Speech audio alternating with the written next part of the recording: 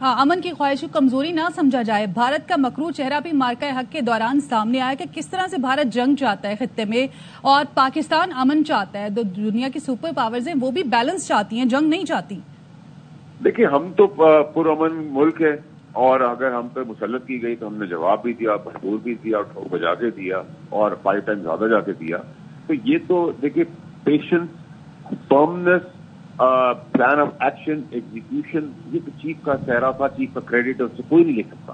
اور سبھی, اور میں سمجھتا ہوں اس میں میڈیا, سیاستدان, سویلین, سب نے اس کو اپریشیٹ کیا, اس کو بڑی عزت کی نگاہ سے دیکھا اور کمزور پوائنٹ آف اسٹرینتھ سے انہوں نے کام کیا. کمزور آپ کی نہیں ہے اور یہی پاکستان کی ریکوائرمنٹ تھی اور پاکستان کو پوری دنیا کے اندر ریکگنائز کروایا. دیکھیے پاکستان کے ساتھ ساتھ کشمیر کے ایشو کو ریکگنائز کرایا ہے, یہ بہت بڑی اچیومنٹ ہے.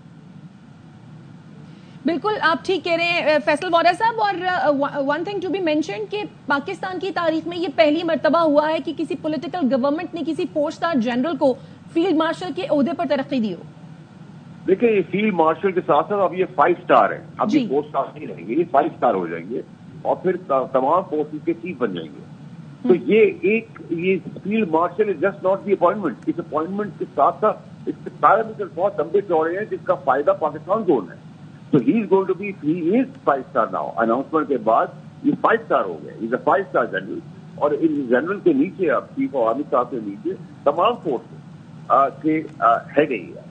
So it's just not the army, it's the air force and it's the naval force as well.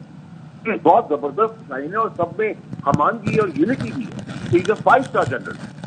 جی اور فیصل وارا صاحب, جو مختلف رپورٹس آ رہی ہیں, جو پوری دنیا میں تھنک ٹینکس ہیں, وہ جو باتیں کر رہے ہیں, ان میں یہ بھی ہے کہ پاکستان اس وقت جس آئیڈیل سچویشن میں ہے وہ اس سے پہلے 30-40 سال پہلے بھی کبھی اس طرح کی پوزیشن میں نہیں آیا, اس طرح کی سچویشن میں نہیں آیا. آپ کے خیال میں وہ کون سے فیکٹرز ہوں گے کہ جس کی وجہ سے پاکستان آج آئیڈیل ترین سچویشن پر ہے؟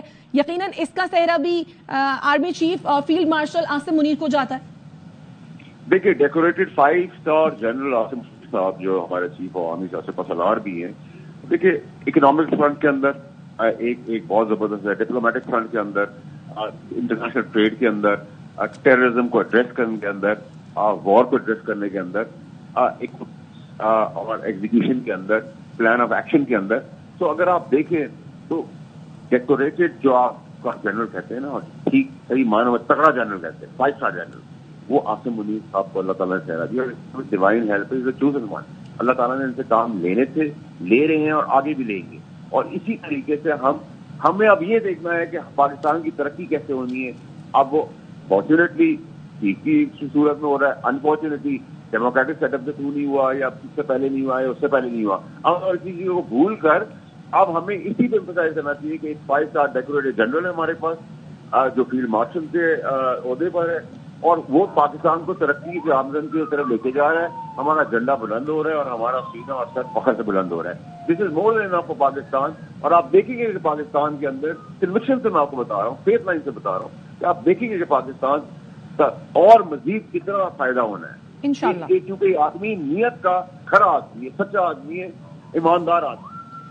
بالکل انڈاؤٹڈلی ہی از دا چوزن ون. ہم سب کے لیے یہ پراؤڈ مومنٹ ہے. فیصل وارا صاحب آپ کے قیمتی وقت کا بہت شکریہ. اور آرمی چیف کی بے مثال قیادت کی بدولت پاکستان کو مارکہ حق میں تاریخی کامیابی ملی. عاصم منیر, فیلڈ مارشل عاصم منیر نے مثالی جرت اور عزم کے ساتھ پاک فوج کی قیادت کی. فیلڈ مارشل عاصم منیر نے مسلح فوج کی جنگی حکمت عملی اور کاوشوں کو بھرپور طریقے سے ہم آہنگ کیا. آرمی چیف کی بے مثال قیادت کی بدولت پاکستان کو مارکہ حق میں تاریخی کامیابی حاصل ہوئی. بھارت کے خلاف آپریشن بنیان مرصوص میں اعلیٰ حکمت عملی بنانے, دشمن کو شکست سے دوچار کرنے پر آرمی چیف عاصم منیر کو فیلڈ مارشل کے عہدے پر ترقی دینے کی منظوری دی گئی. 6 اور 7 مئی کی رات بھارت نے پاکستان پر بلا اشتعال اور بلا جواز جنگ مسلط کی تھی.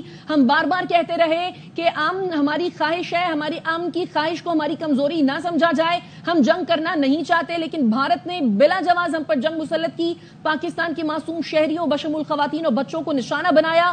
دشمن نے پاکستان کی خود مختاری اور سرحدی سالمیت کو پامال کرنے کی جب مذموم کوشش کی تو پھر ہم نے جواب دیا, اور ایسا کرارا جواب دیا کہ ہم نے دشمن کی ایئر بیسز تباہ کر دی, ہم نے دشمن کی طرح معصوم بچوں اور معصوم شہریوں کو نشانہ نہیں بنایا، بلکہ ہم نے ان کی دفاعی تنصیبات کو نشانہ بنایا، اور آرمی چیف کی بے مثال قیادت کی بدولت پاکستان کو مارکہ حق میں تاریخی کامیابی حاصل ہوئی، اور اسی کامیابی کی بدولت آرمی چیف عاصم منیر کو فیلڈ مارشل کے عہدے پر ترقی دینے کی منظوری دے دی گئی ہے۔ آرمی چیف سید عاصم منیر کی قیادت میں پاکستان نے ازلی دشمن بھارت کو عبرتناک شکست دی۔ ان کی قیادت میں پاکستان عالمی سیاست میں عزت و وقار کی سربلندی تک پہنچ گیا۔